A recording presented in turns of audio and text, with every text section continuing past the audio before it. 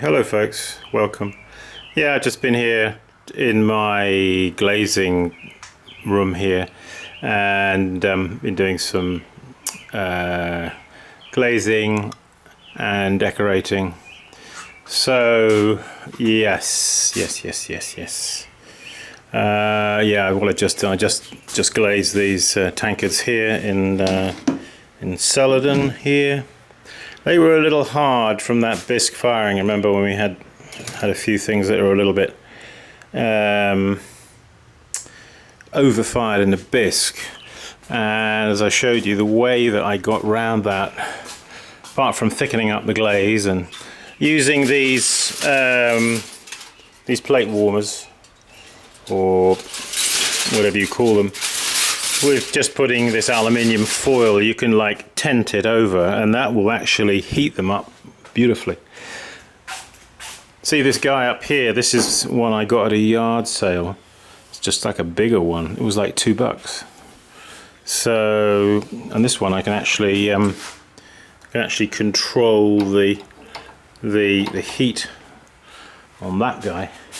Hey, what I wanted to do was show you just a few things, sort of like a clip of many little mini jobs, you could say, or mini. So I'll put the camera up here, make sure it's firmly attached. So yeah, I've just got a few bud vases I need to, as I showed you, oh hi, as I showed you yesterday, with the last clip I uploaded, that I was going to put some of these bud vases into some red iron oxide slip.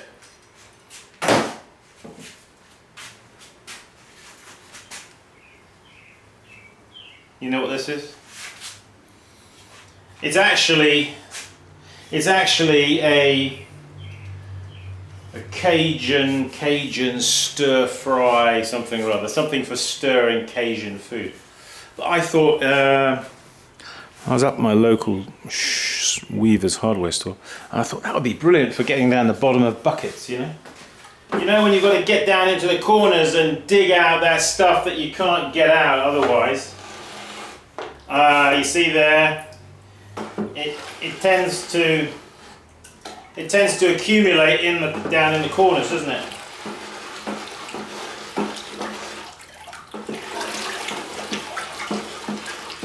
So when I used to work for my dad, we used to have glaze buckets that were like somewhat bigger than this, and I remember in the middle of winter my dad saying to me, Simon, make sure you put your hand right down into the corner, down at the very bottom of the bucket. You know, my hand, the glaze will be up to here, you know, on my arm, and I'm trying to get the glaze, you know, out of the corners where it's been like stuck there, and the water would be absolutely freezing. So when I saw this up at my local shop, I thought, aha. And I use it actually quite a lot, you see. Just to do what I'm doing now, you see, just that. Glaze stirrer. Dig deep into the corners, Simon. Yes, Dad. Okay, so having done that, let's bring that camera a bit closer here. I want to get through a few things to show you very quickly today. I know you like to move fast, don't you? Oops, sorry about that. Stay.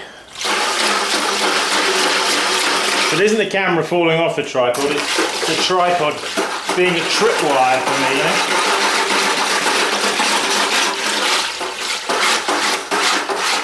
know? Alright, so let's be quick about this. There we are, I've stirred that up. It should be about the right thickness. Let's do one to find out. So you can see, when you see your greenware beginning to dry, as you can see this is. Okay, that's a good time to... my phone is ringing. Oh, I can't answer that. So dip down. These are not dipped on the inside, okay, just on the outside. Alright. We put him there.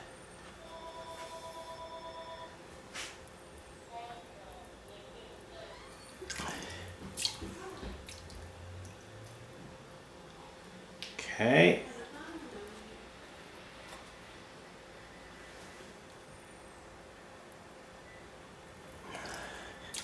So now these, what I'm going to do with these is with a tool, with a sharp tool like my usual, you know, hacksaw blade that I use for fluting. All right, going to use that to scratch through the slip, but of course I've got to wait for the slip to. I couldn't do it now because obviously it's too wet. It's got to go off, got to dry off somewhat, you see.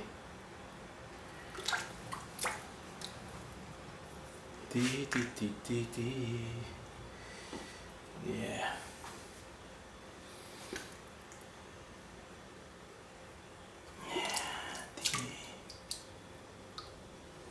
So when you glaze and you dip, just shake off. You don't have to get violent about it, but just shake it like that once, twice, 3 times. Okay.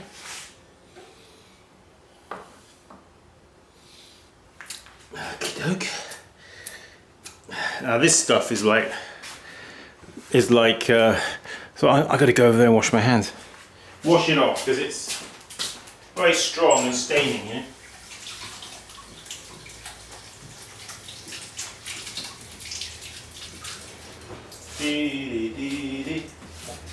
Yeah, we got a workshop this weekend, so I thought I'd try and get a firing in. So, can't do anything more with those guys right now, but I thought I'd bring you over here, show you something else that we were doing the other day, and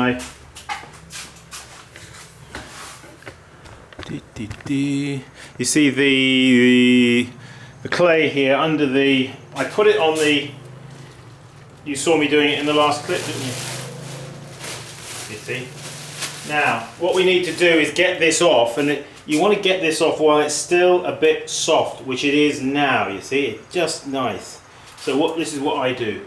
Now, you see, I roll it like this.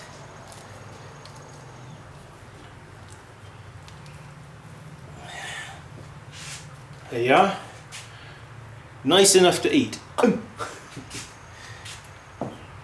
Again with this, if you hit it right, you see, like I have, you can roll it up.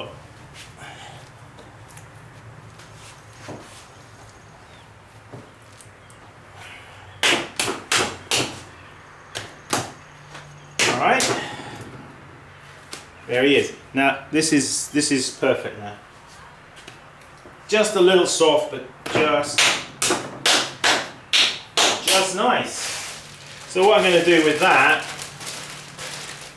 put it in one of my weaver's bags, and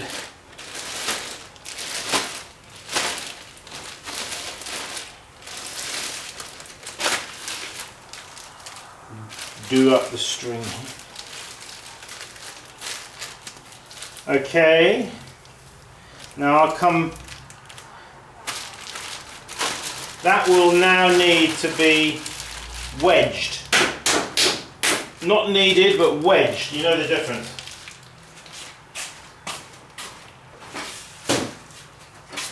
Not kneaded, but wedged. Shaken, not stirred. Shaken, not stirred, kneaded, not wedged. Alright, so yeah, I've been doing some glazing out here, as you can see. I put these out in the sun today because today's been a roasting day. Really too hot for pottery. Nah, not really. So what I wanted to show you was this. This is what we did yesterday, that collected that. As you can see, this is now nice and dry, right? So what we're going to do is transfer it off this tin into this bucket.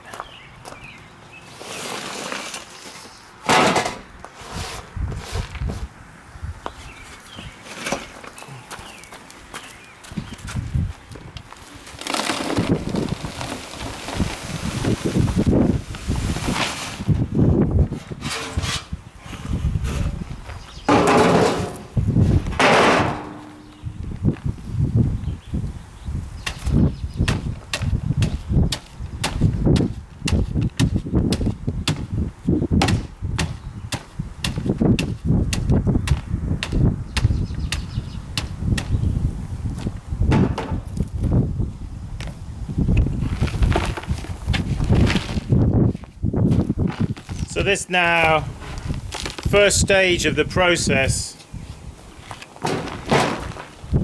to get it dry. All right. What I'll do, what I'm going to do is put that through a screen. Put it through a screen. I may just, as I'm putting it through the screen, because some of these, I need to break up, you know, some of these little pieces a bit. It might need to be pummeled a bit.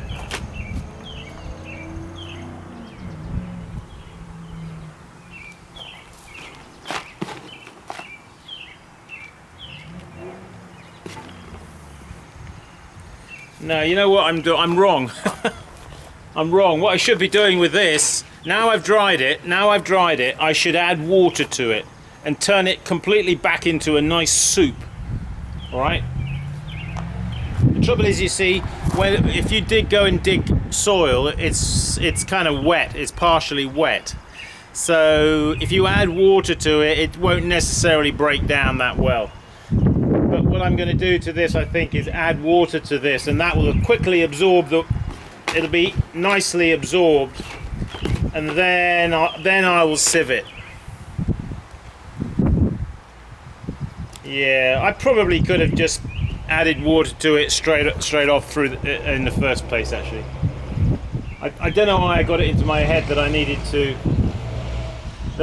to dry it.